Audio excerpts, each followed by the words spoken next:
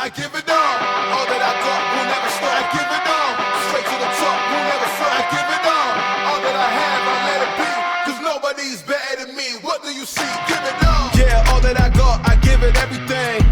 They lost the plot, they think I'm menacing. They wanna talk, but I ain't settling. Circle is tight, feeling like better rings. Whole lot of gloves. Alright guys, so welcome to another day in paradise.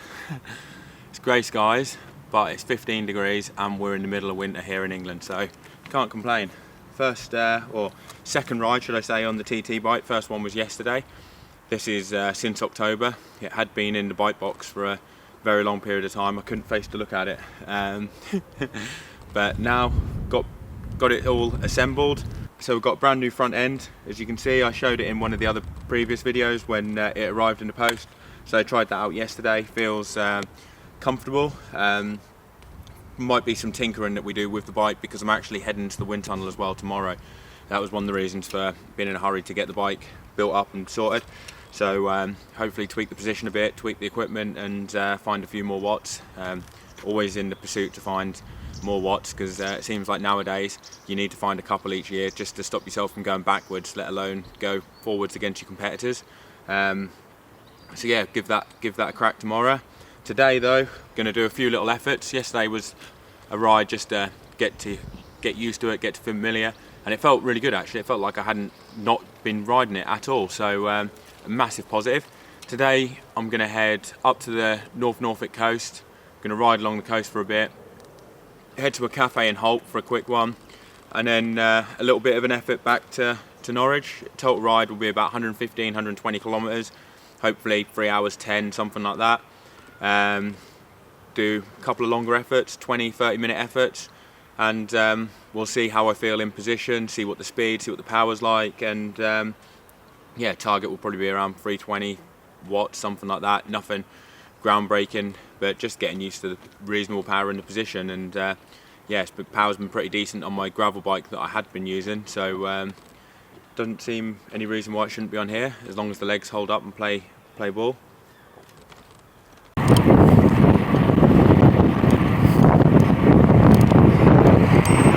Basically the Garmin's just wriggled free on here because of the bumps, so I need to sort that out. Definitely a better bolt to hold that in place because not what you want to have happen to you in a race or training, but it's where you try all this stuff in training. But I've got the backup option of my watch to see the data, so I've got a makeshift bike computer now. The watch has been subbed up. It's all about the data. It's like the tortoise and the hare, isn't it? Like, I keep going up off ahead like the hare, stopping because of mechanical stuff, and John's just slowly battling away. Like, nothing exciting, nothing over the top, but over the course of the day, he will get ahead. He will come through. He's like he's a steady bet, isn't he? Like, if you're at the horse races, he would probably be your like 10-to-1 horse. It's not exciting like a 2-to-1. It's not a great bet like 100-to-1 where it could, or 500-to-1 where it could change your life. It's just a steady 10-to-1, you know. It's going to be there or thereabouts. It won't win many. It might come top 3 quite often, so you can put an each way bet on and win some money. But you know it's going to be consistent. Whereas you'd say I'm more like a 500-to-1, you know, 100-to-1. Like, might not show up, but when it does, it's spectacular and it changes lives.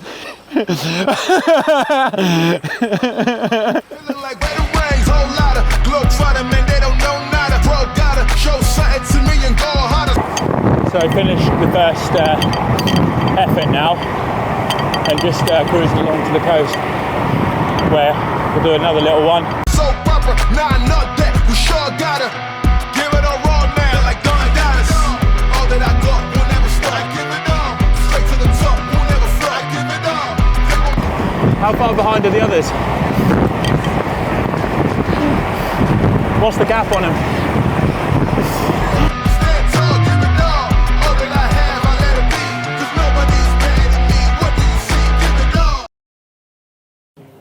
Wipe your mouth. What, have I got something on me? Yes, Where?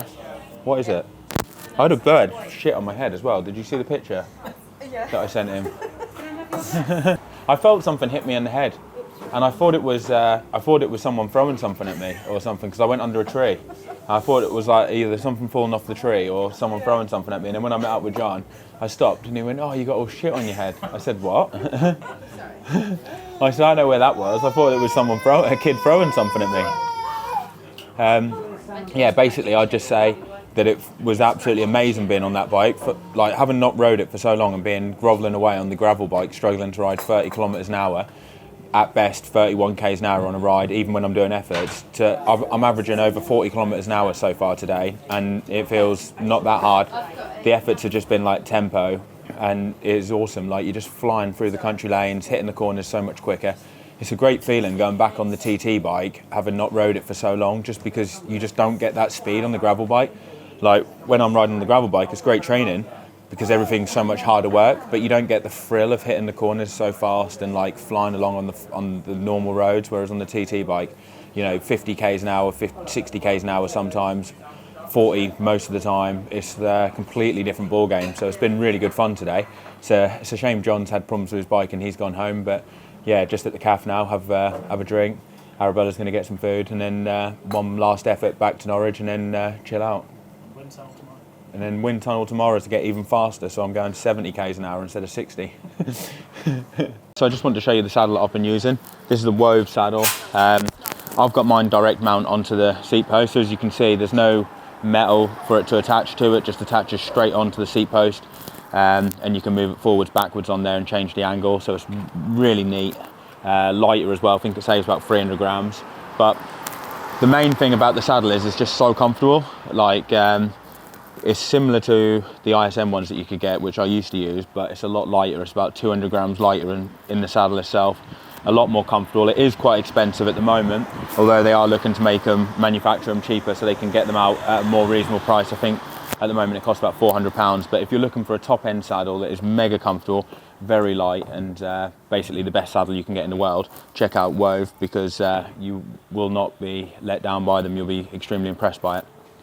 Alright, so I just got back from the ride, and I would love to tell you exactly what power numbers I had, but unfortunately my head unit came loose, so I used my watch, and I'm not sure if it was a problem with the power meter, because I've hardly used this bike, although it was fine yesterday, or if it was because I was using my watch, so end up having to go pretty much by feel. I just had a quick look at the data just now, but it's not accurate at all. And when I was looking at it a few times when I was riding, I could see it dropping out and going to zero, and then going back up and then going to zero, so very frustrating. Power meter is part of the same family as SRAM, and that got me thinking when I was cycling back, like how would I describe SRAM to someone who's into cycling or someone who's not necessarily into cycling, and compare it to what Shimano's like, because everyone talks, don't they, what's better, Shimano or SRAM? And as I was riding along, it got me thinking, if you were a lawyer and you had a personal assistant, and one of them was called SRAM, one of them was called Shimano, the one that was called SRAM it'd be the guy who you'd go out with for a pint. He's a lovely guy, you'd go out, you'd watch the football with him, you'd go downtown. You wouldn't necessarily want him working for you. If he was working for you and you were at home, you'd finished a big day at work, you've got a big court case the next day, SRAM's in the office, he's sorting out all your work that you need to take into court the next day, he's going through all the files. And what does SRAM do? SRAM puts the wrong files into the lot that you're meant to be going into court with, into the folder. So you turn up in court the next day, and long and behold, you've got the wrong court files. SRAM, as good as he means, as well as he means, he just fucks up time and time again, and you will get caught out. Unfortunately, that is SRAM. Malcolm Oliver with a mechanical issue.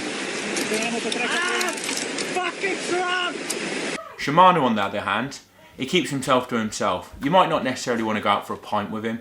You probably won't socialise with him outside of work. But Shimano will go above and beyond. He will get your court files for you sorted. He will highlight certain things that could come up handy in court the next day. He will make sure you don't fuck up, and that he does his best to make sure you pass. And that is how I would compare Shimano and SRAM.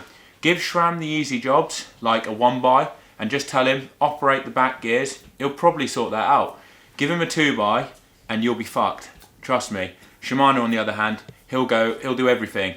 You won't go out for a pint with him, but he'll sort out all your stuff, and you won't have mechanicals, you won't have issues, and you won't have the wrong files when you're in court for the big case that you needed.